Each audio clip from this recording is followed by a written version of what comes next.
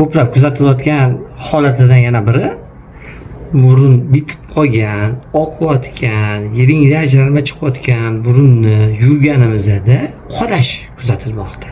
Bu qachon bo'ladi? Qachonki sizda bolangiz, farzandingiz virusli gripp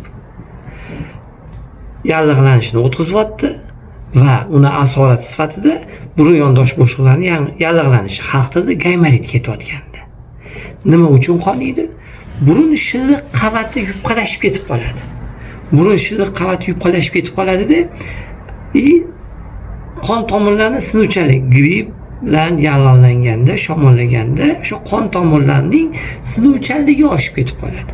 Va natijada qonashga moyillik vujudga keladi.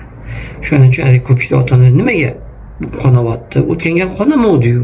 O'z qonashi gripp virus bilan yallig'langan, shamollagan bolalarda odatiy holat. Ana o'shaning uchun gripp virus bilan shamollagan, zararlangan bemorlarda eng qo'rqinchli tomoni gripp virusining asorati pnevmoniya beradigan bo'lsa, o'pkada yo'talish natijasida o'sha bronxlardagi qon tomiri yorilib ketib qolishi va qon to'xtamasligiga sabab bo'lishi mumkin. Mana shundan ogohlantiriladi. O'shaning uchun gripp virusi bilan og'rigan bemorlarda nima deyish kerak? Dam olish kerak, asoratidan qo'rqish kerak. Ya'ni shu o'pkaga beradigan asoratidan biz ko'proq qo'rqishimiz kerak, lekin hozirgi kunda nafaqat o'pka, burun yondosh bo'shliqlariga va quloqqa berish holatlari ko'plab uchramoqda.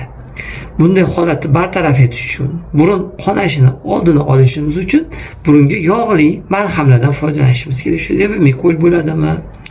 Sintometsin mazlar bilan yoki boshqa malhamlardan, yog'li malhamlardan foydalanishimizda shu burunni oldin, burun shilliq qavatini qurib qolishini va qonashini oldini olib turamiz, bartaraf etgan bo'lamiz va bundan tashqari o'z vaqtida bolaga o'tkazilayotgan davo muolajalarini amalga oshirgan bo'lsa, gripp o'sha o'tkazilayotgan o'tkir yallig'lanishdan vujudga keluvchi mumkin bo'lgan asoratlarni biz oldini olgan bo'lamiz.